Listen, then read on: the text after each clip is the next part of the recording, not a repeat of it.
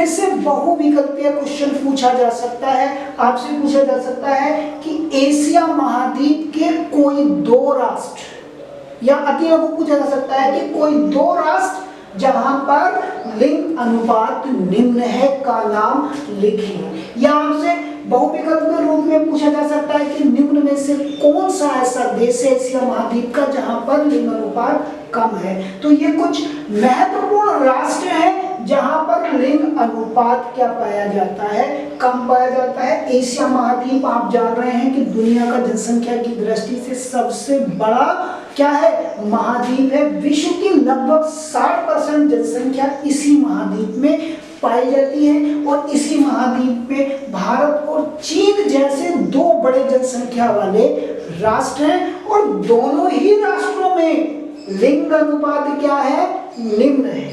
क्या है, निम्न। और साथ ही साथ ये क्वेश्चन, क्योंकि आपने देखा कि पिछले वर्ष से भूगोल में कक्षा 12 के छात्रों के लिए दो मैप कार्य, दो मानचित्र कार्य जोड़ दिए गए हैं। जो फर्स्ट भाग में आता है वो वर्ल्ड के मानचित्र आता है और जो द्वितीय भाग में आता है वो भारत का मानचित्र के रूप में आपको प्रदर्शित करना होता है।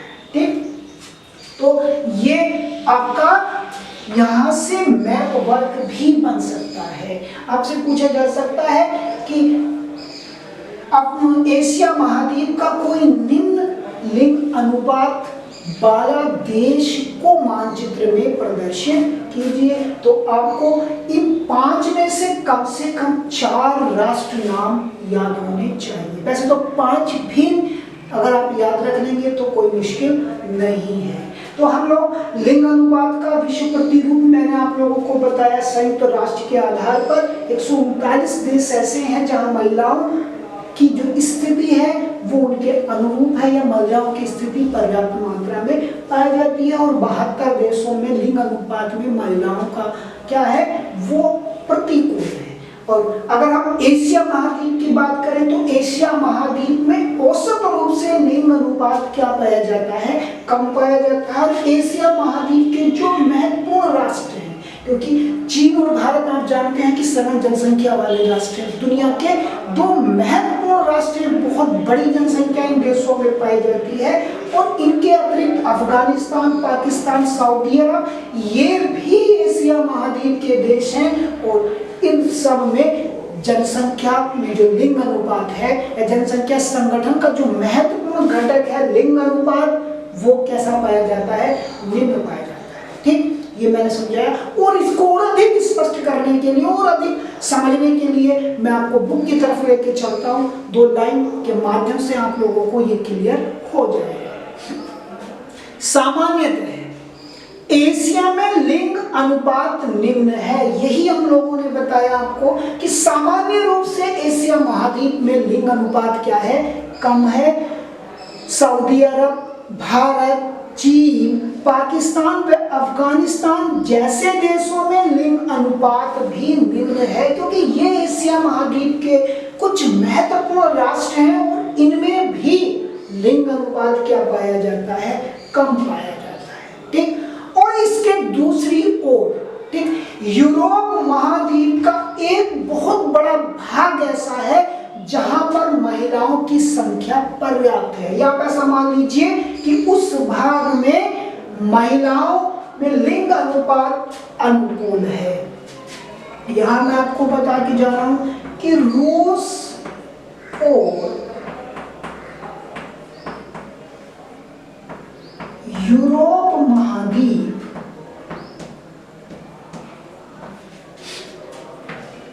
का एक बहुत बड़ा भाग,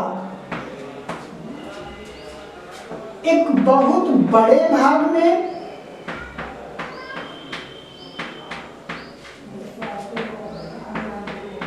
लिंग अनुपात में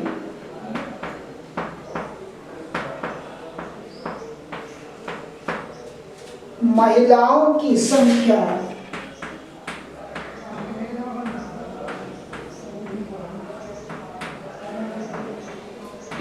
यहां आपको तुलना करनी है। यूरोप महाद्वीप के कुछ राष्ट्र ऐसे दिए गए हैं जहां पर अधिक जनसंख्या के बाद भी लिंग अनुपात क्या है, निम्न है। जबकि अगर आप यूरोप को देखें, यूरोप के कुछ राष्ट्रों को देखें, जैसे रूस जो है यूरोप का राष्ट्र है, अगर आप यूरोप के राष्ट्र रूस और कुछ और क्षेत्रों को देखें तो वहां महिलाओं की संख्या अधिक है। याद ऐसा मान लीजिए लिंग अनुपात में लिंग अनुपात महिलाओं के अनुकूल है।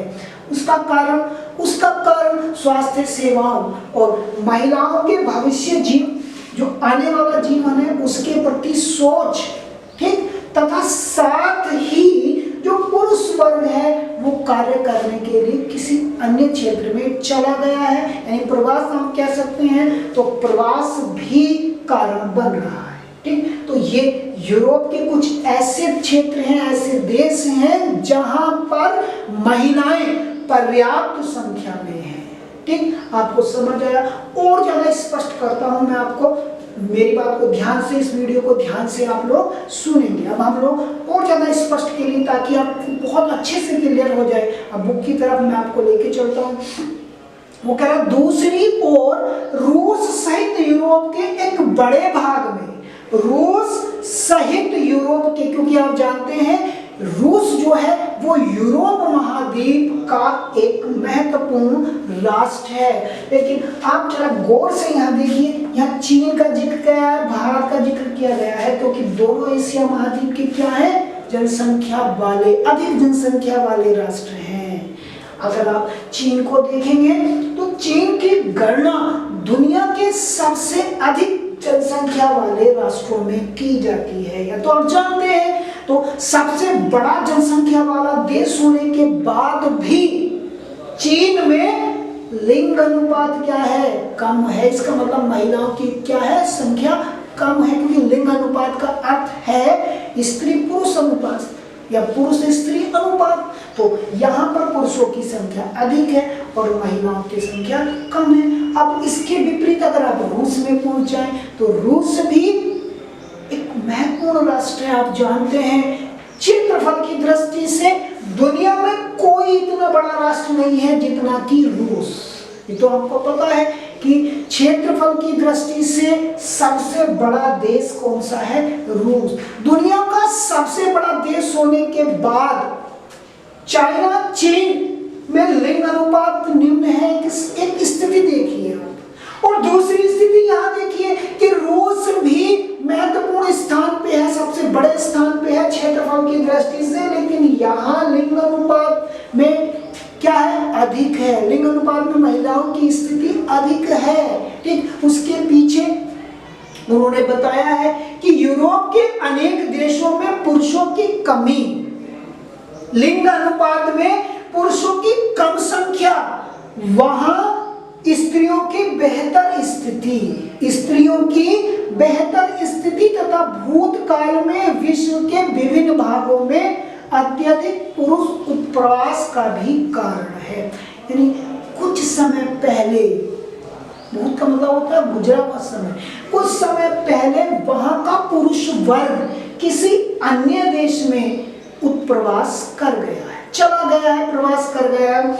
अब वो वहां का उत्प्रवासी बन गया है और इस वजह से वहां लिंग अनुपात क्या है, महिलाओं की स्थिति श्रेष्ठ है। तो लिंग अनुपात का जो विश्व प्रतिरूप है वो मैंने आप लोगों को क्लियर कर दिया है, ठीक। कोई दिक्कत आपको आने वाली नहीं है। आप अपनी पुस्तक पढ़ते रहेंगे, समझते रहेंगे आप वीडियो के माध्यम से, और सब चीजें आपको क्लियर होती रहेगी, ठीक। तो एक बार मैं आपको दोबारा से बता देता हूँ, ये हम लोग चर्चा कर चुके हैं। अब रूस वाले पॉइंट को देखिए, क्योंकि एक तरफ हमने ऐसे देशों का एक उदाहरण दिया है जहाँ पे जनसंख्या अधिक है, जनसंख्या अधिक होने के बाद भी लिंग अनुपात क्या है, कम है, और दूसरी तरफ हम एक ऐसे उदाहरण आपको प्रस्तुत कर रहे हैं कि जहाँ बहुत बड़ा भूभाग है, बहुत बड़ा क्षेत्र है, बहुत बड़ा क्षेत्रफल होने के बाद भी लिंग अनुपात में महिलाओं की संख्या क्या है, अधिक है, ठीक।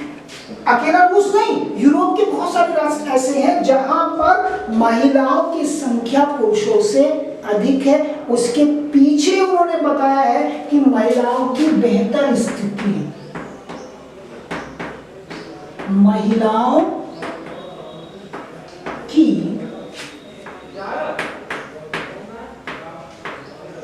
बेहतर स्थिति प्लस भूतकाल में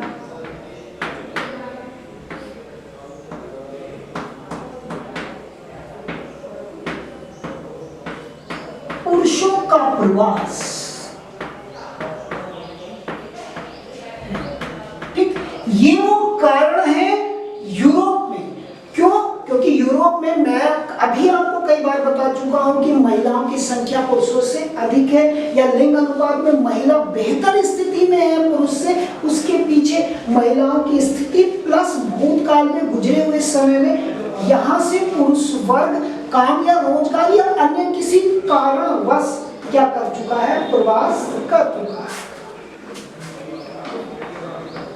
ठीक, तो ये लिंग अनुपात के विश्व प्रतिरूप है जो आप लोगों को समझ में आ गया होगा। अब जनसंख्या संगठन का अगला जो महत्वपूर्ण तत्व है, जो महत्वपूर्ण भाग है, वो है आयु संरचना। कौन सी है? आयु संरचना। अब हम लोग आयु संरचना पर चर्चा करेंगे। ध्यान से आपको समझना है आयु संरचना। अब साधारण शब्दों में नाम सुनकर ही इसका अर्थ लगा लेंगे, इसके विषय में आप ज्ञान प्राप्त कर लेंगे, पहले से ही आप जानते हैं। आयु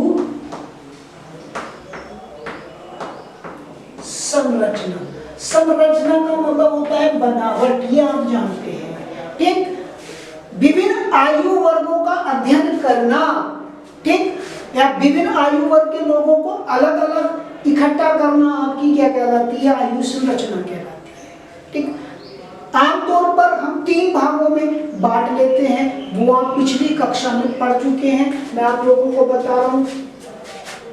पहली स्थिति होती है 14 वर्ष से